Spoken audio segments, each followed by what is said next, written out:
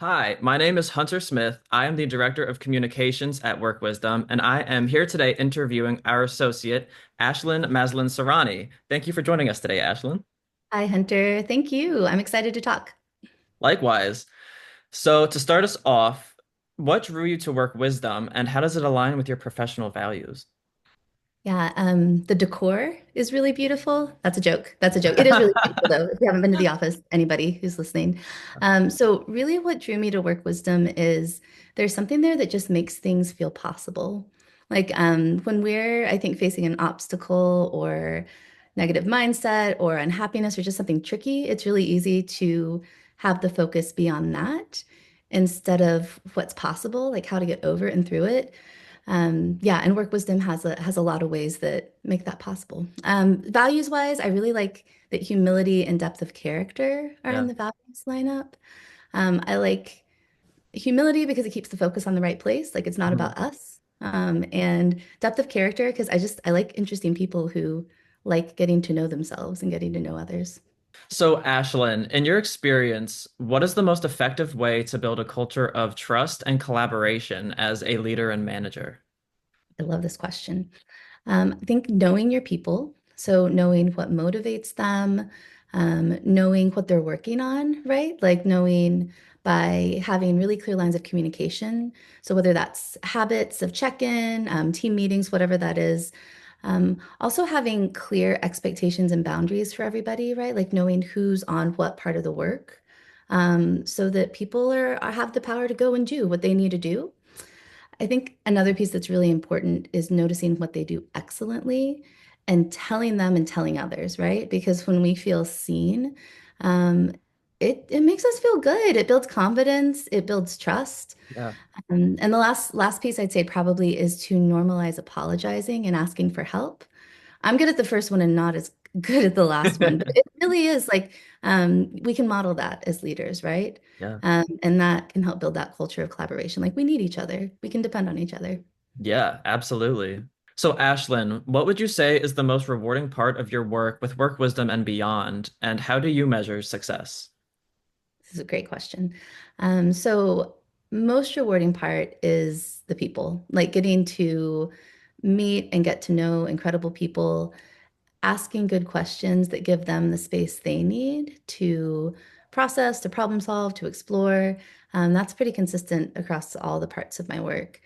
And then the measuring success part is such a good, I know more what it's not, right? Like I know it's for me, it's not a certain amount of money.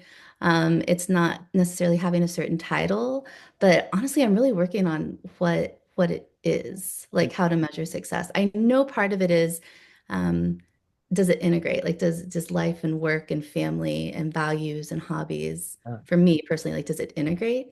But in terms of measuring success with work, great question. To be continued. We'll see. Yes, to be determined. To be determined. What is something unique about Work Wisdom's philosophy or mission that sets it apart? Ooh. So work wisdom makes space for the difficult stuff. Like if you look at the podcast, the articles, if you've like explored any of the services, things like grief or when trust is broken, failure, burnout, power. I think Kedron would say crucibles, right? Like the really tough stuff. And it does it with this focus on learning from it and creating a good future from it, or at least imagining like a strong next step that Yeah. really goes beyond the difficult and I think helps make meaning. Yeah, definitely. So, what is a common obstacle faced in leadership development, and how does Work Wisdom address it in our programs and initiatives? Mm. There are so many. I would say isolation is a Mm, common obstacle because being a leader can be really lonely. yeah. There's a high expectation of leaders, rightfully so. Mm, But I think it can set people, leaders, up to think they have to know everything or carry everything or be everything. And that's impossible. One, yeah. it doesn't build trust, and it ends up isolating people, right? So, work wisdom. has a lot of different things that address this. I'm a little biased since I'm facilitating one of the leadership roundtables. But there's also team formation sessions. There's these assessments that help leaders and teams identify like areas of growth and strength and excellence. One of my favorites is the emotional intelligence quotient, Mm, the EQ. I refer to mine a lot just because it's a really good reminder of like, what things I tend to tap more as leadership yeah, qualities and which ones I tend to tap less naturally. So it can be a good reminder of like, who do I know that's really good at those things? Like I can turn them up too, right? Like I can turn up different skills in my leadership, but also like who does that naturally that maybe I could like talk to, spend time with. yeah, that's a It's an idea great off of. point. I mean, that's what I think is great about it is it's never like one, it's just this like snapshot of data, but two, it's non-judgmental. Yeah, It's just like all of these things are good, right? All of these things are necessary leadership skills. What are you already doing and what aren't you doing enough of? yeah, Right? And it's true for everyone. And then there's like all the balancing. So I know though, I was like, what? You can like put this on a page and look at it? In my mind. exactly. Like, yeah. So, Ashlyn, how does your background and experience shape the way that you approach leadership and team building? Yeah, so my background is in international relations, peace and conflict resolution, mediation. That's my educational background, theology. Mhm. Um, it's given me a really good grounding in this paradox about how similar people are, and also how wildly different our experiences, our cultural lenses, our communication can be.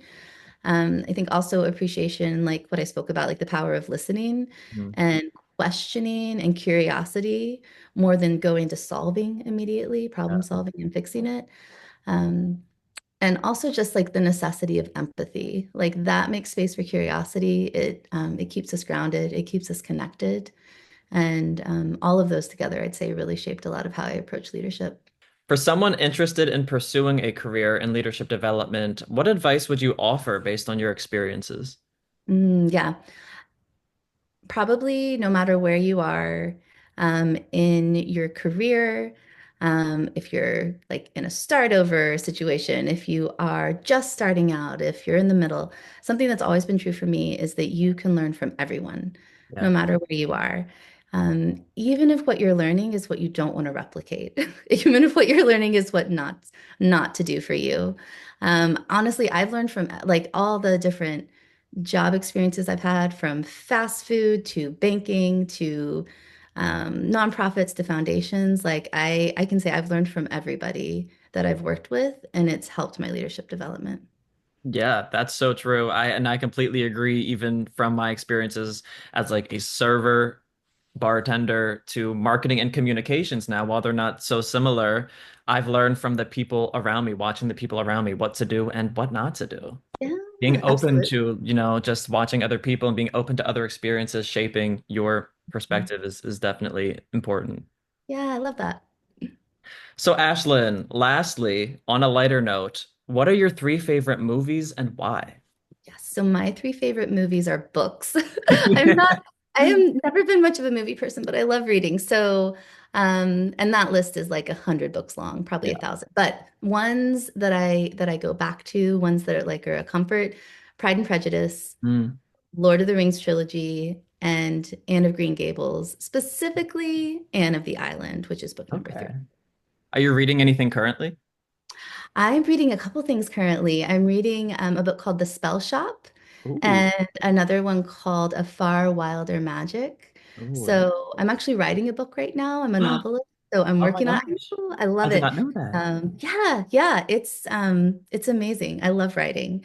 And one of the important parts I'm learning in it is as you're writing, it's important to know your genre. And so Mm. I've been reading a lot of books in my genre. So they're delightful books. Oh, that's so exciting. I love that. Yeah. Well, Ashlyn, thank you so much for your time today. It was such a pleasure getting to talk with you, and I can't wait to talk with you again soon. Yeah. Thank you, Hunter. I hope you have a great day. Thank you. You too.